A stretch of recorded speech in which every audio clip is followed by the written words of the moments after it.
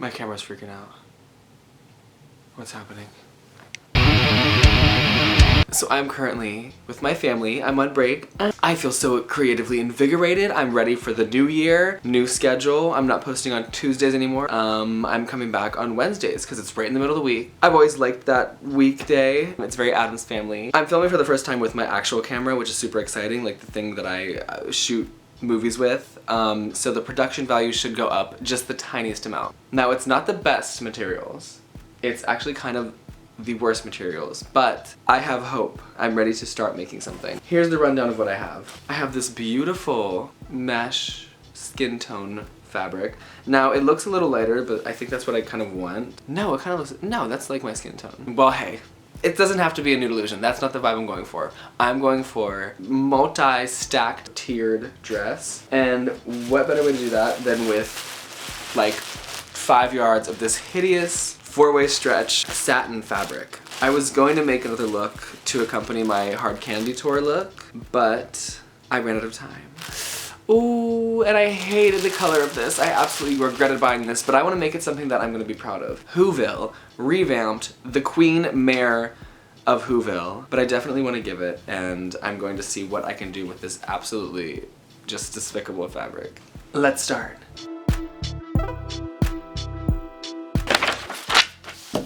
Design from your brain, from what's in your mind. And if what's in your mind is not good enough, then go on Pinterest and find something that is good enough. Hello, it's me, Lydia from the future. I am narrating this video now, and I'm gonna do it in one take, so I'm very sorry.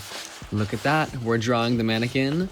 And now this is the part where I need to just sit with the drawing and just put on some music and see where the fashion takes me.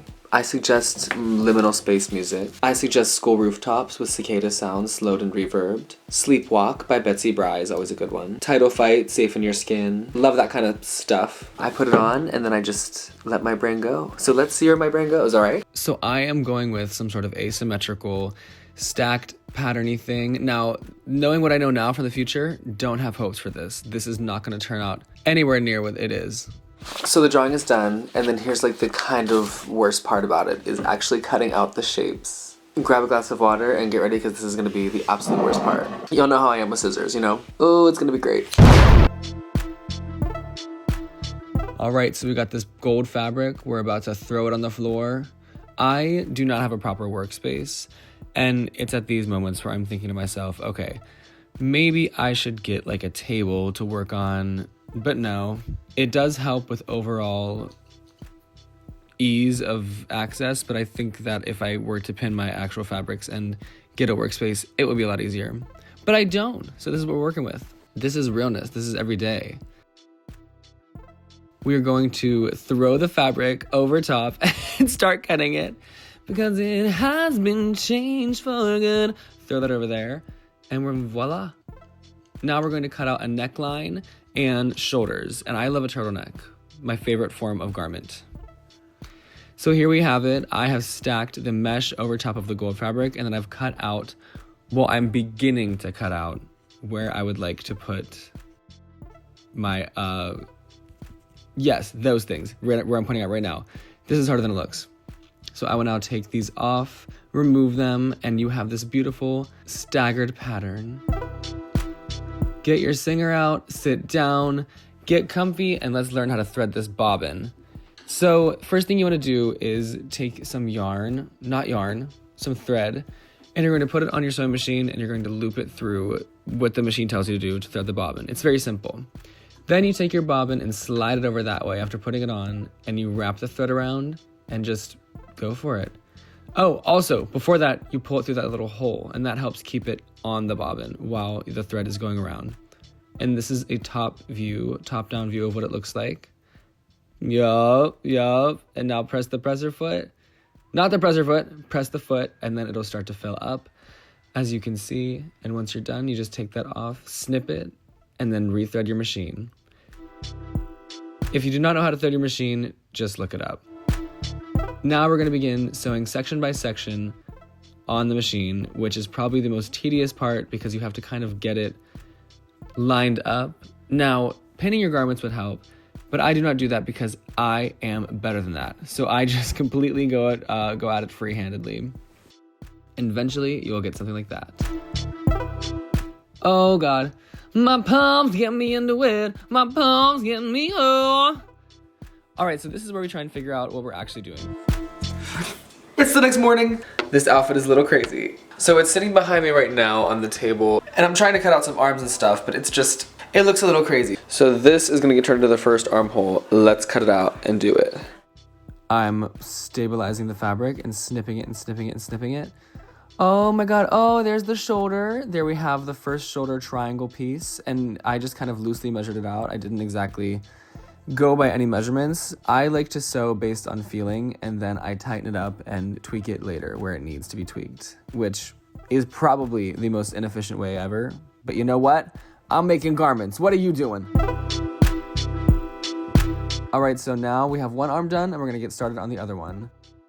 As I continue on making this outfit, I'm realizing that it's giving like under the bridge, like witch, if she was from HR Puff and stuff. And I think that I kind of like that.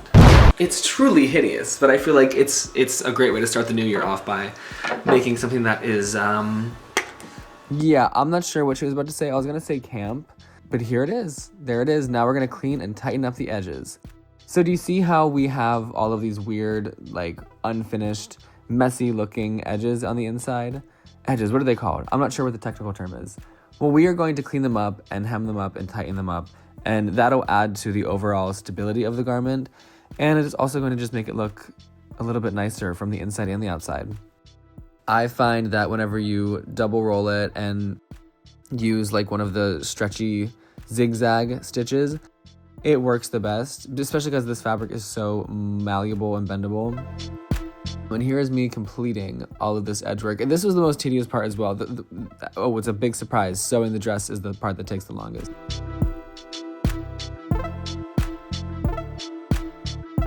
And this is kind of the final step before it's finished. it's time for the flip test. So I have it like completely finished pretty much on the inside, except for the sides. And we're gonna flip it. Here, let me get up higher, hold on. Girl.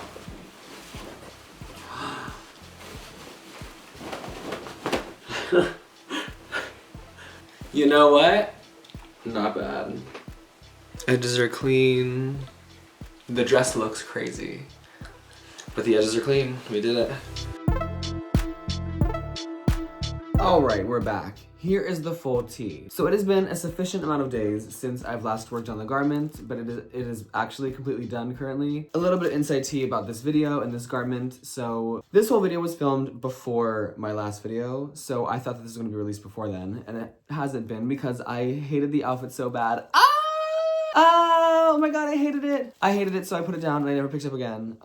I don't think that's a bad thing. I think that sitting with your bad art is just as important as sitting with your good art and standing by it. I like the dress. I like it. It's not everyone's taste. It's not even my taste, but I definitely think that there's something about it that I enjoy and can get behind. Can it be styled?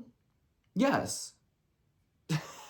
What I'm going to do is I'm simply going to try it on and show you guys what I've come up with at this point in time, because this has been the shit show of the century. Basically, all that I've did since all of this was tightening up the back, tightening it to my skin, and the rest of it I just left alone because I'm rock and roll, baby. The final look is here. I'm gonna get into it. I'm gonna style it. It's ready. Are you ready? I think he's ready. This is Eunice's brother. If you have any good names for him, please leave it in the comment below. He is like sickening. Are you kidding? Look at that shirt. There's like a whole family of these things. I guess he has the keys to the queendom. I don't know what that's about there. But yeah, there's like a whole collection. I don't know what kind of doll or toy this is or anything, but he's, I mean, damn near mint condition. He's still got his boots on. Please welcome back into the Tinaverse, Eunice. This is like my girl. This is my diva. She was given to me by my dear friend Theo, and then I took her when I went to go film All Stars, and Bosco was the one that gave her the name Eunice. I don't even know what it's held on with. It's held on by a chain. I'm thinking of pairing it with this wig gifted to me by Lexi Love. I'm not sure who made this wig, but it's super cool. How cool! This is the most Lexi Love wig I've ever seen in my life. That is not gonna stop me from styling it with this outfit. Okay, see you in 1 second.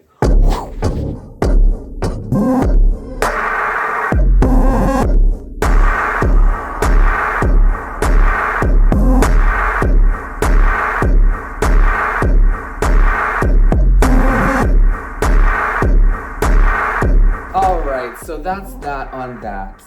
What a hideous outfit. Don't we love it?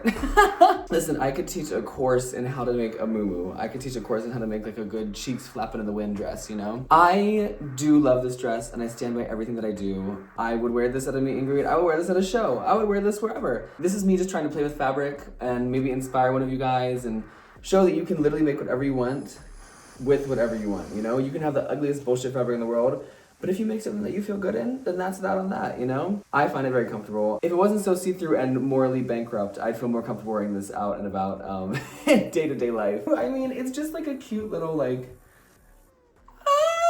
I wanted to make a garment and a garment I made. All I have left to say is free the nipple, baby. I hope you enjoyed this video and I hope you enjoy your next feature presentation. I will see you on the flip side, mother guys.